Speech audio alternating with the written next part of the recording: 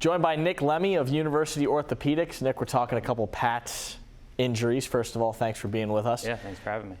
Ramondre Stevenson dealing with turf toe. Yep. So for people that don't know, what is turf toe and what's the recovery process look like? Yeah, so turf toe is a tear of the plantar plate. What that is, it's a series of soft tissue ligaments that's underneath the toe, connects the joint. It really gives you the support for critical activities that high-level football players have to do. So pushing off, changing direction, slowing down.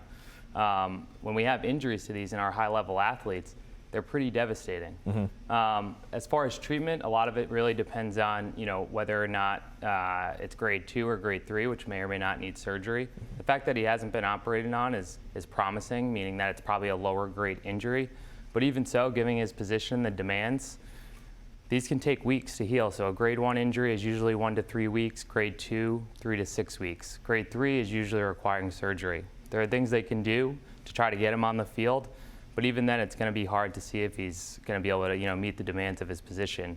A lot of times they'll put kind of carbon fiber plates in the shoe to help the players push off. Mm-hmm. So there are things you can do, but a lot of it is just time. Right, especially since that's kind of what he's using as a catapult to get going. Exactly. In terms of hamstring, we'll go over to Boutte. He's dealing with a hamstring injury. Two key parts of the offense, these two guys.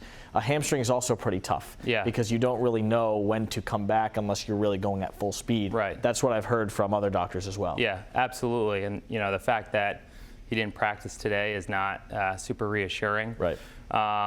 Hamstrings kind of plague these NFL players. It's one of the most common lower extremity injuries, like 40% of players. And the issue with these is that the recurrence rate is high, up to like 40%, and it usually happens within 2 weeks. Mm-hmm. As a result, I think the teams are very cautious on returning these players too soon. So I think before this weekend's game, we really need to see him run some routes at full speed, and that's really going to tell us if he's going to be able to perform this weekend. Certainly unlikely. And we go back to the Christian Gonzalez injury that he had in late July. He didn't return for almost 2 months. Right.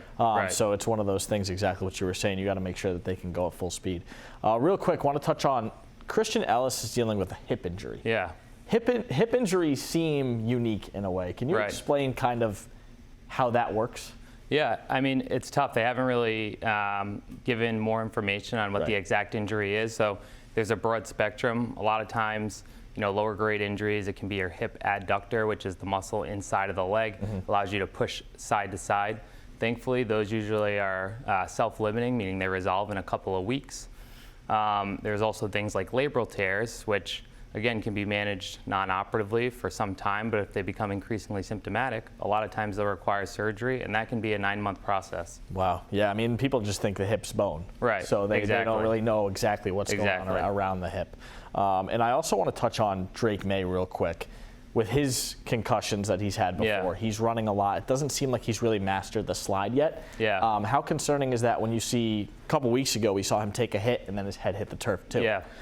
It's super concerning. One, we know that for every concussion you get, the next one you can get with a little less impact. Mm-hmm. The damage to the brain is cumulative, so every little sub-impact also kind of adds on top of that. And then, one of the more important things is that we know that high-level athletes, they've done studies on this, that have concussions are at increased risk for lower and upper extremity injuries in that same season. Wow. So not only is he at risk for hurting his head again, but I'm afraid that he's going to have another injury just because his proprioception's off, and I think they have to protect him a bit this weekend. For sure. And for anyone that plays football, whether it's you're in pro, you're in high school, how often do you think that these players get concussions but don't know it? I think quite frequently. There are newer technologies where they have accelerometers in the helmets that alert the trainers if they have a high impact. Oh. So I think we're becoming, more and more aware of this. How compliant the teams are and the players are, it's really hard to say. And I think, historically these have kind of been hidden from the coaches and the athletic training staff. But I think it's important to raise awareness because they can be, quite serious. Absolutely. All right, Nick Lemme of University Orthopedics, thanks so much for joining us. We appreciate it.